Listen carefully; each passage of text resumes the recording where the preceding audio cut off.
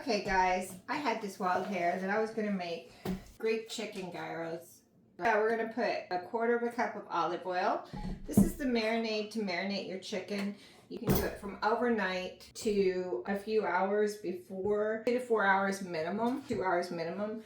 I prefer the longer you do it, I think the better the flavor. So we're going to get some lemon juice here with my nifty antique lemon juicer, which I really like. It's old, like me, but it's okay. You need the lemon. The lemon is what helps break down and tenderize the chicken. 3 tablespoons of yogurt, 1 tablespoon of red wine vinegar. Also helps with tenderizing. 2 cloves of garlic. I like to cut the little bottoms off. You don't have to peel them with a garlic press. We'll add 1.5 teaspoons of oregano. Get our Greek flavorings in here. 1 teaspoon of thyme or thyme, depending on where you live. And 1/2 teaspoon of coriander. Salt and pepper to taste. So just grind a little bit of pepper in there and some salt. I guess I probably put maybe 1/2 to 3/4 of a teaspoon of each in. 1/3 cup of chopped red onion. It doesn't have to be too finely cut up. Whisk this all together.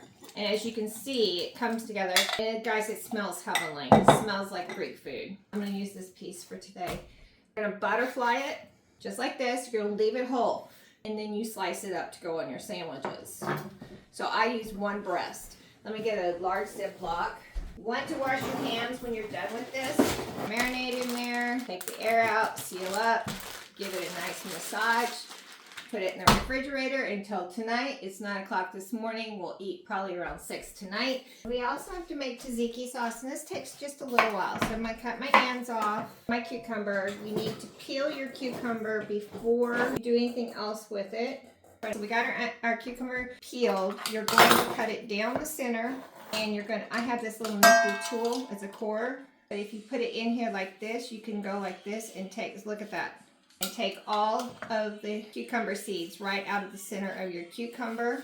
And that makes it nice because then you've gotten rid of it. Now the point is we need to chop this up.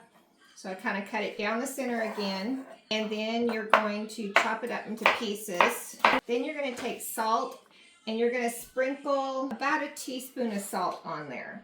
And that's going to help cucumbers release. Kind of mix them up like this, kind of mix them. And see how I have it in a pan? I'm going to let it sit in there for about 30 minutes. It's going to rest, okay, while I make the rest of the sauce. And then I'll chop it up finely with my food chopper and add it to my sauce. We need 1 cup of Greek yogurt, 1 clove of garlic. Crush it into there. A little garlic press. We need 1 tablespoon of fresh lemon. So we're going to give ourselves a lemon here.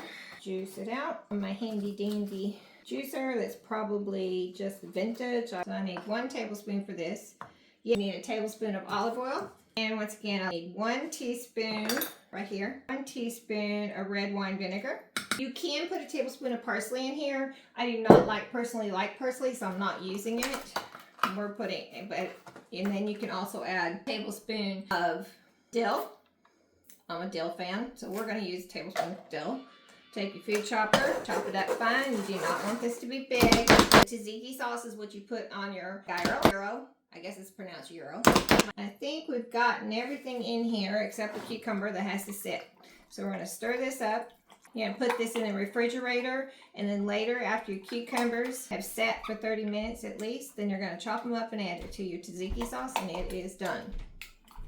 It's really easy to make tzatziki sauce. Alrighty, let's make our dough for our flatbread. So what I'm going to do is take 2/3 of a cup of warm water.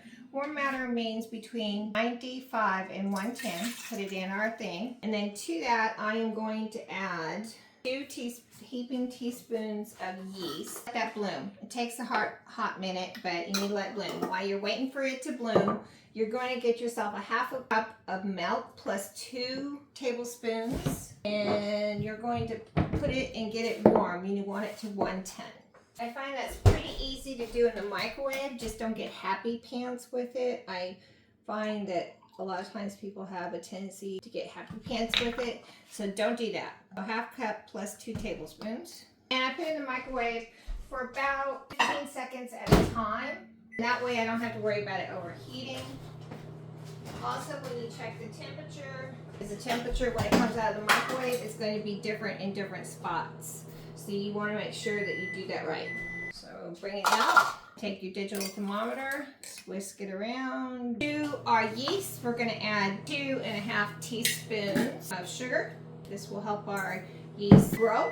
Also, we're going to add 1.5 tablespoons of olive oil, which can go into with our yeast and sugar. And this has an actual measuring on it. So I got 1.5 tablespoons in there. So approximately anywhere from 30 to 50 seconds in the microwave will get your milk at the temperature you need it. So now we've added our oil. We have our milk. Our yeast is starting to bloom. I can see that it's blooming. That means it's getting frothy on top. Okay, so we're going to add our milk in there. And to that, we're going to add 3 cups of bread flour and knead it up. And somewhere in there, we're going to add 1.25 teaspoons of salt. But I don't like to add my salt straight in on my yeast because it can kill the yeast. So I like to add my flour first. So that's 1, 2, 3, and I'm going to get my 1.25. So here's a half. So I'll do 1, 2, that's 1, and then 1.25. So that's 1.25 teaspoons. Bring it up and turn it on, let it mix. Now this is what you do. This is going to be flat pita bread. It's really delicious, guys. You cannot beat it. So we're going to let it beat up here. Once it gets mixed, we're going to let it knead for a little bit. Make 6 to 8 pieces of flatbread and stuff. But I'm going to have to cover it and let it rise for a while.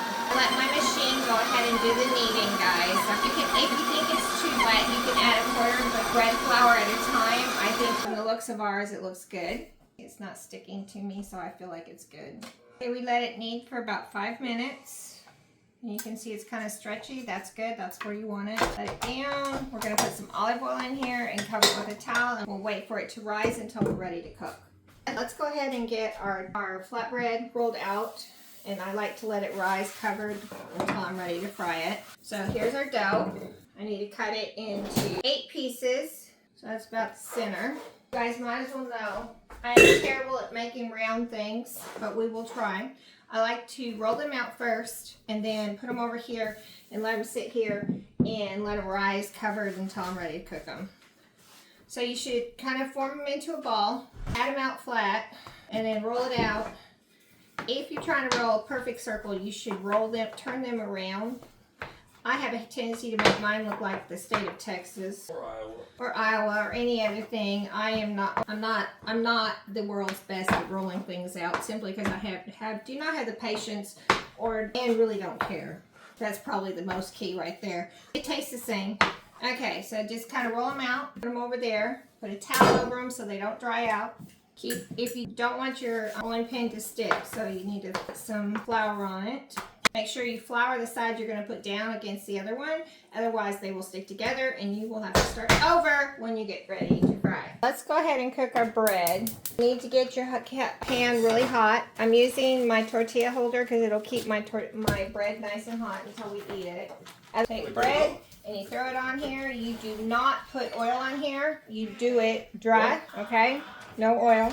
And you're going to watch and let it bubble up. When it starts to bubble good, and then you can check and see if it has browned, then you turn it over. That's how you know when it's done. Look at that lovely shape. I don't even know what that looks like. I don't know. Doesn't matter. They'll still eat it. You guys, yes, I know how to roll a round thing. Can I roll it round? Yeah, okay, there. That's a nice color brown. That's what it should look like. That's how you cook them. Cook them all and put them in your little thing. You grill it. Grilling is better, but if you don't have a grill, feel free to cook it on the stove on a cast iron skillet. We have our 2 fillets. He's going to take them out of the marinade. You'd be sizzling hot and you put it on there. And you're going to cook them until they're 165 internally, and that's when they're done. And on the hottest part of your grill. Nice the chicken come in. We're going to cut it up. Remember, you need to cut across the grain. Because your breast grain goes this way, so we're going to cut it this way.